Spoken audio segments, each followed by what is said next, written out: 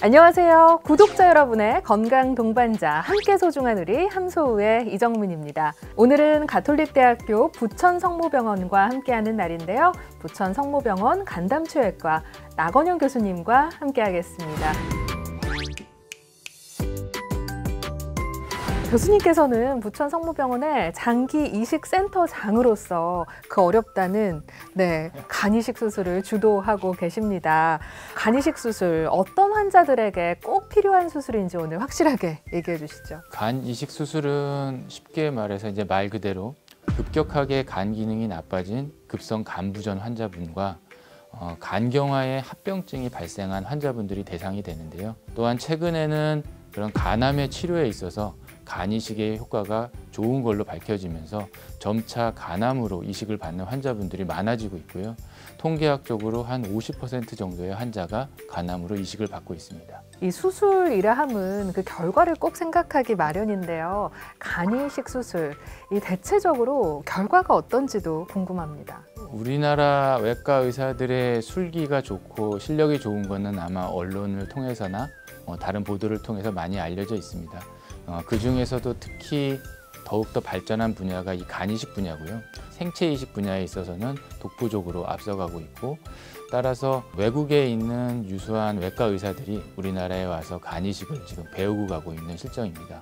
통계에 따르면 센터마다 약간의 차이는 있지만 대부분의 센터에서 90% 이상, 또 좋은 성적을 내는 센터에서는 95% 이상의 수술적 성공률을 보이고 있습니다. 간 이식 수술처럼 간암 환자는 꼭 이런 수술적 치료법을 해야만 하는 것인가 하는 궁금증이 생깁니다.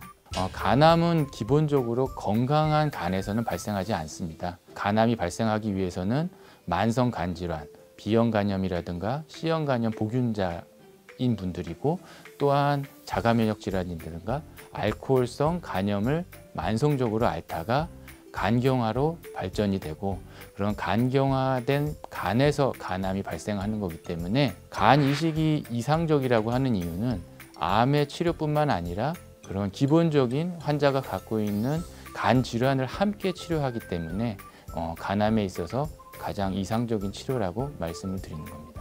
교수님께서 말씀해 주신 이 수술을 할 수 있을 정도의 환자라 함은 그런 경우 모두 이식을 받을 수 있는지 이것도 좀 궁금한데요. 안타깝게도 간 이식의 대상이 되는 간암 환자분들은 조기 간암에 국한되어 있습니다.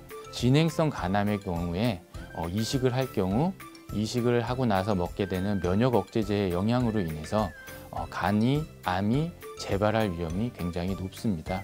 그래서 조기 간암으로 국한돼서 간 이식을 추천을 하고 있고요.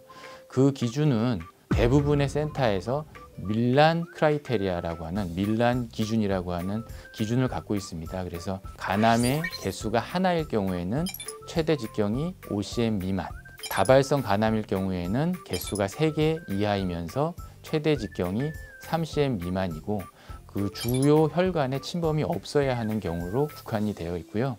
이런 기준을 만족할 경우에는 거의 간암이 재발을 안 하는 것으로 되어 있습니다.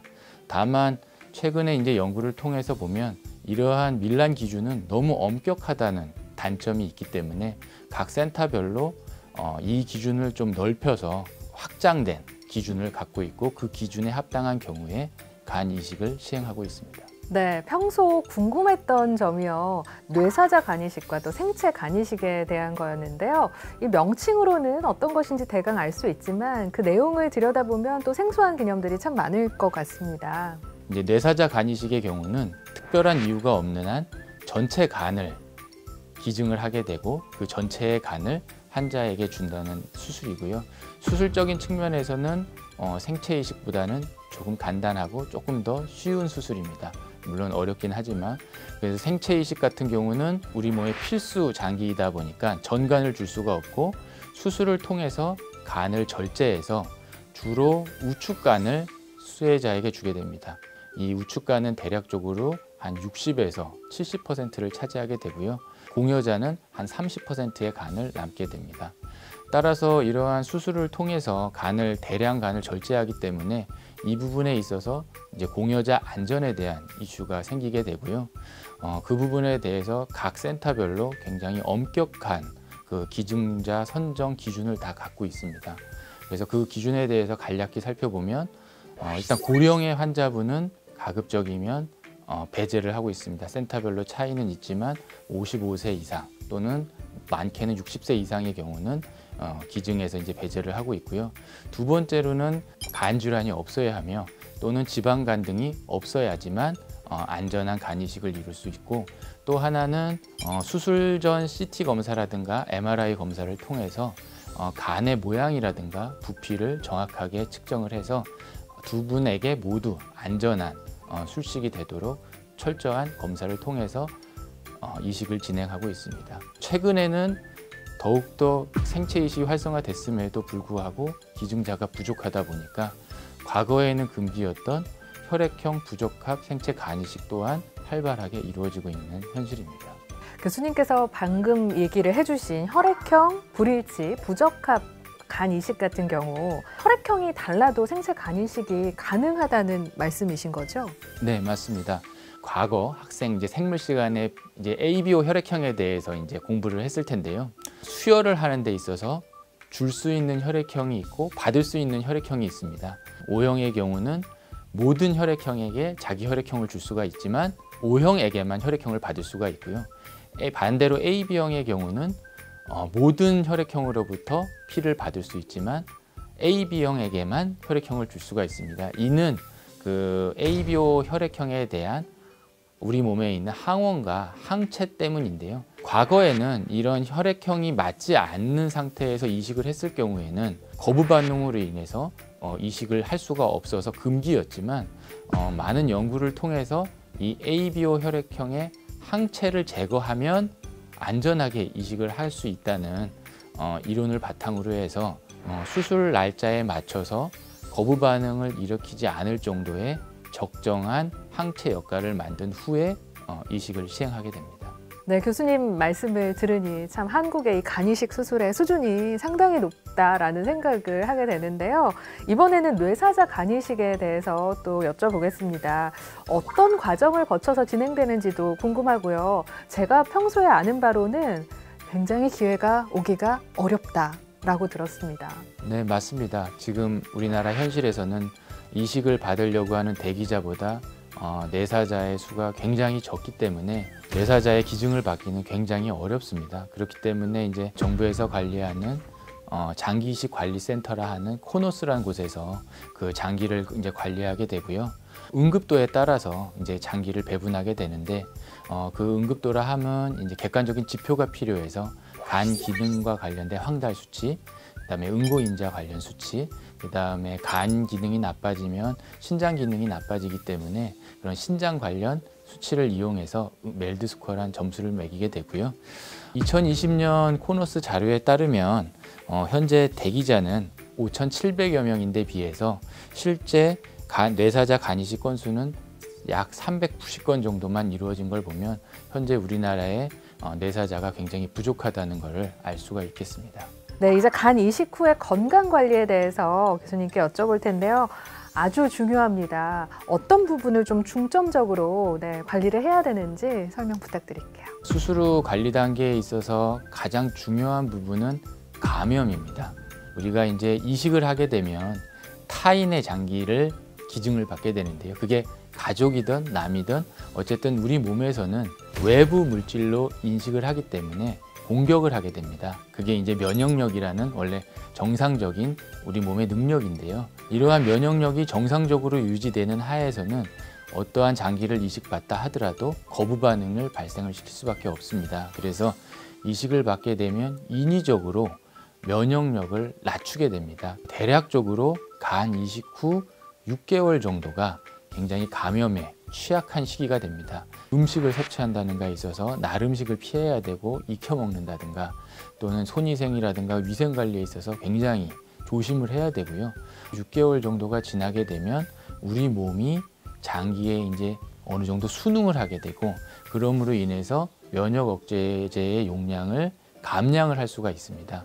안전하게는 한 1년 정도가 지나면 일반적인 일상생활이 가능하다고 봅니다. 네, 관련해서 부천 성모병원 간 이식팀 타 병원에 비해서 굉장한 실적을 자랑한다고 들었습니다. 단기간 쌓아 올린 업적이 상당하다 이야기를 들었는데요. 교수님께서 그 수장을 맡고 계십니다. 네, 이야기 좀 해주시죠. 저희 부천 성모병원 간 이식팀은 2014년 7월에 이제 뇌사자 간 이식을 시작으로 해서 첫 이식을 성공적으로 치렀습니다. 그리고 그 해에 생체 간 이식을 또 성공적으로 이루었고요. 점차적으로 규모를 키워가면서 현재는 매년 한 14 정도의 간 이식을 성공적으로 하고 있고요. 재작년의 경우는 이제 혈액형 부적합 간 이식도 성공적으로 이루었습니다. 그래서 현재는 한 60례 정도의 간 이식을 했고요. 아직까지도 암의 진단을 대면 많은 분들이 자기 연고지를 떠나서 지방 분들도 서울로 올라오게 되고 서울에 있는 큰 병원을 찾아가서 수술을 받게 됩니다. 근데 그런 분들이 실제로 수술을 잘 받고 나서 수술 후 관리에 있어서 굉장히 불편함을 겪게 됩니다. 사실 저희가 이런 경인 지역에서 부천에서 이렇게 이식을 꾸준히 하는 이유는 환자분들에게 조금 더 편하게 이식을 받고 관리를 하기 위해서 더 노력을 한다고 생각을 해주시면 되겠고요.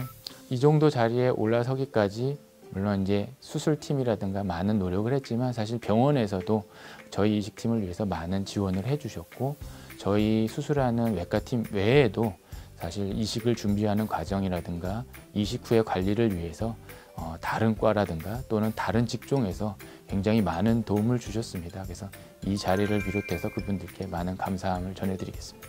네, 부천 성모병원 간 이식팀의 이 업적도 놀랍고요. 이렇게 환자 한 분 한 분을 위해서 많은 분들이 노력하고 계시다는 이 사실이 참 감동적인 것 같습니다. 네, 교수님 끝으로 이 영상을 보고 계신 환자분들 그리고 구독자분들을 위해서 한 말씀 부탁드립니다. 최근에 이제 많은 연구를 통해서 간암의 진단 당시에 진행성 간암이었지만 이식 이외에 다른 색전술이라든가 다른 치료를 통해서 암의 크기를 많이 줄여서 어느 정도 기준에 해당할 경우에는 진단 당시에 기준에 맞는 환자와 동일한 간 이식 후 성과를 거둔다는 결과들이 계속 나오고 있습니다. 비록 처음에 수술을 못 받고 간 이식을 받을 수 없더라도 다른 치료를 통해서 충분히 완치의 기회가 있으니까 상심하지 말고 적극적으로 치료에 임하셨으면 좋겠고 저희 부천 성모병원 장기 이식팀도 그런 환자분들의 기대에 부응하기 위해서 더욱더 열심히 노력하겠습니다. 오늘 교수님께 간 이식 수술에 대해서 말씀드렸습니다. 교수님 오늘 좋은 말씀 감사합니다. 네, 감사합니다. 좋아요, 구독하기, 알림 설정.